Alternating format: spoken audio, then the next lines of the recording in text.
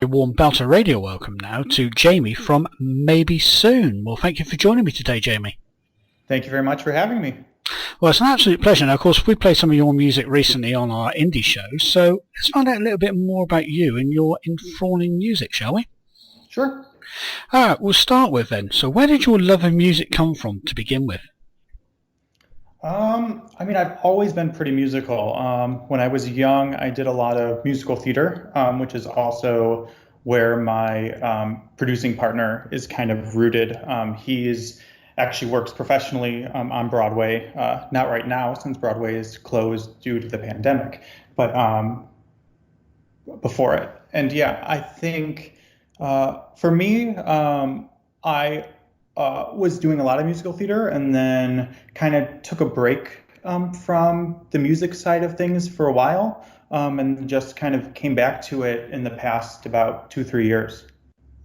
Okay, I know you spent some time in Scotland sort of like doing your university stuff and that. Did that have an effect on you musically? It did. It had a lot. I went to the Royal Conservatoire of Scotland for acting, actually. And yeah, I think before university, my music and kind of my acting was very separate.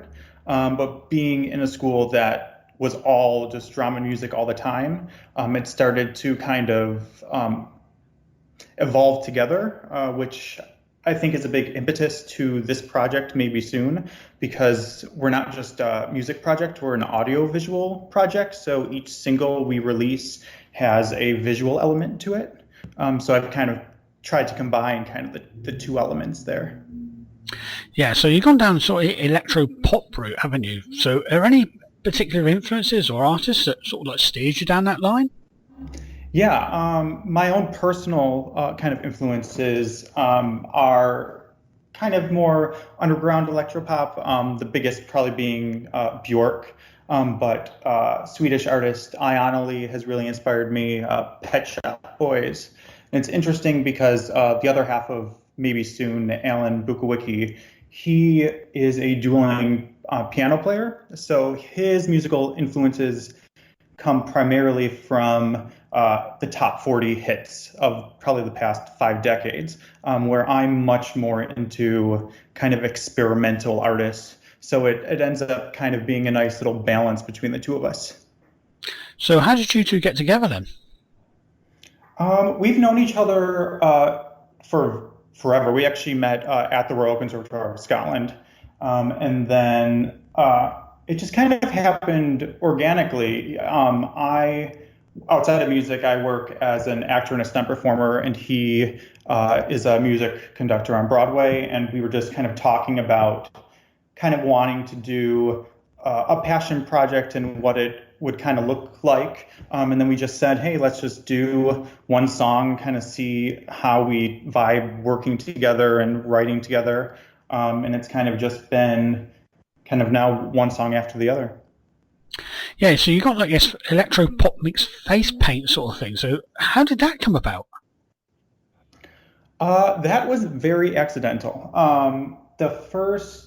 Our first single in audiovisual was a virtual reality 360 video, and the day before we were shooting it, we had this idea of using blacklight technology and blacklight paint, and I just really loved it. And then the next video, I wanted to kind of dive even deeper into kind of how to tell a story through kind of body art and different body paint transformations.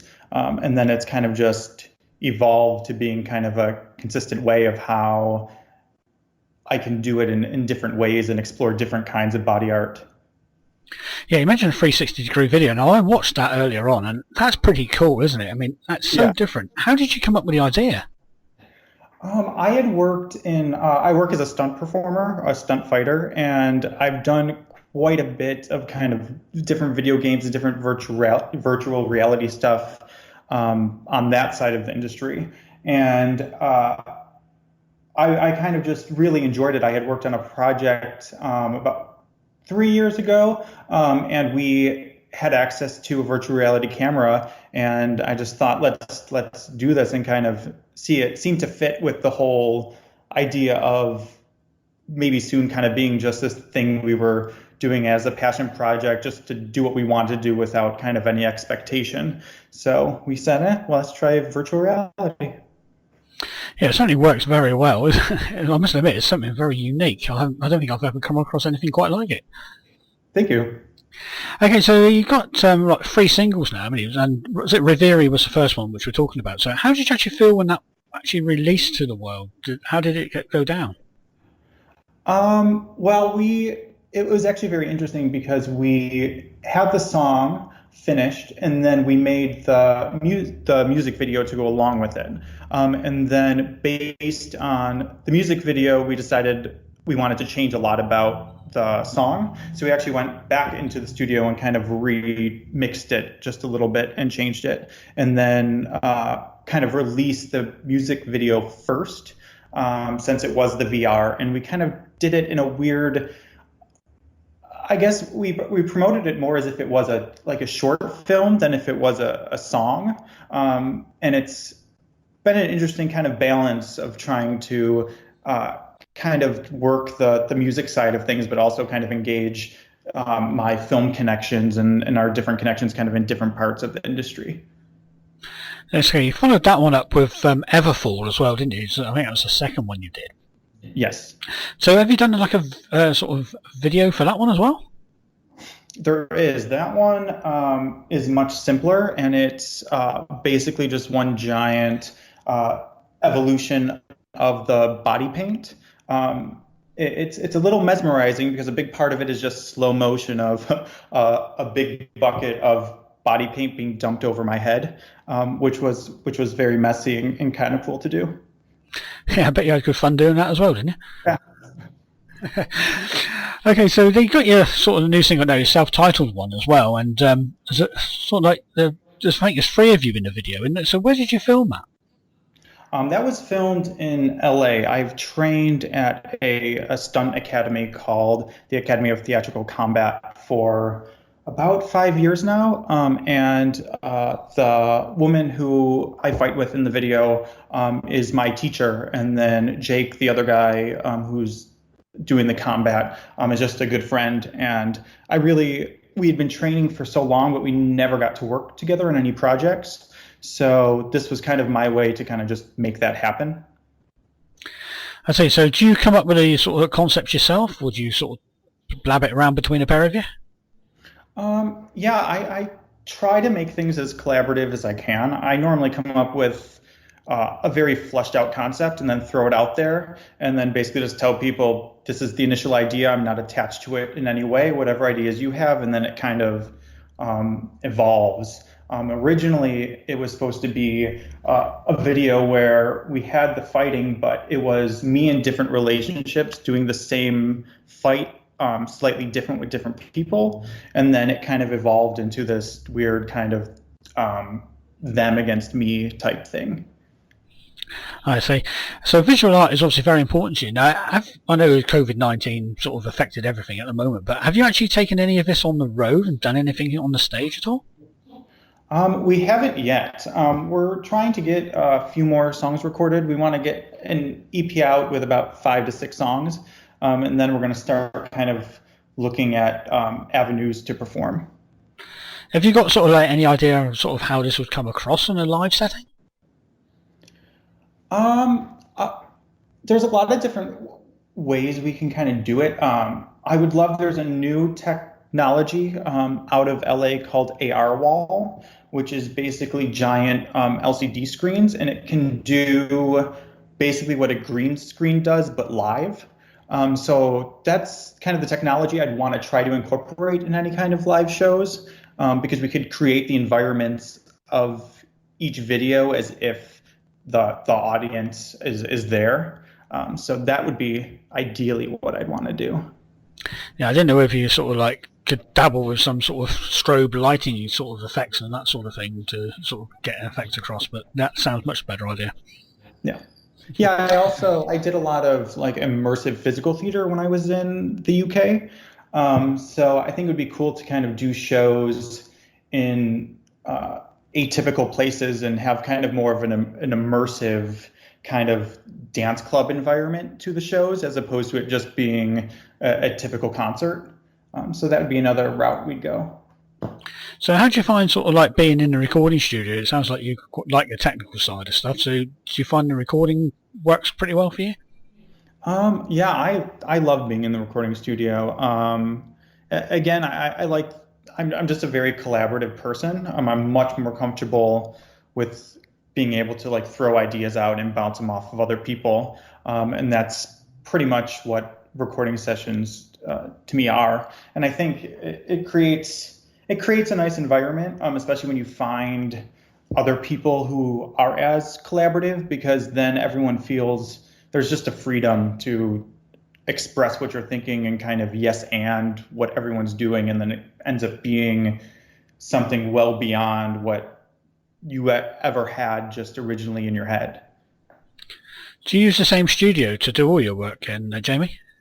We don't. We've used a few different ones depending on who we were collaborating on production wise. But there's always been at least one or two people that have worked on all of the songs. It's quite an expensive sort of hobby, sort of laying all this stuff down, and the video stuff mustn't come cheap either. So, as an independent artist, and how do you sort of find funding all this? Yeah, I think just luckily having been in the entertainment industry so long, I have a lot of very solid connections. And what I've found is it's definitely not cheap, but if you have music and a video concept that other people are excited about, you can get them on board to do it for a lot less than they normally would, just because it's something they haven't had the opportunity to do. So it becomes their passion project as much as it's yours. So that's kind of what we've been angling for. And I think it helps having that mindset just helps the music and the videos be more interesting as well. So, obviously, I presume you promote this sort of all stuff yourself. So, do you find social media very important for you?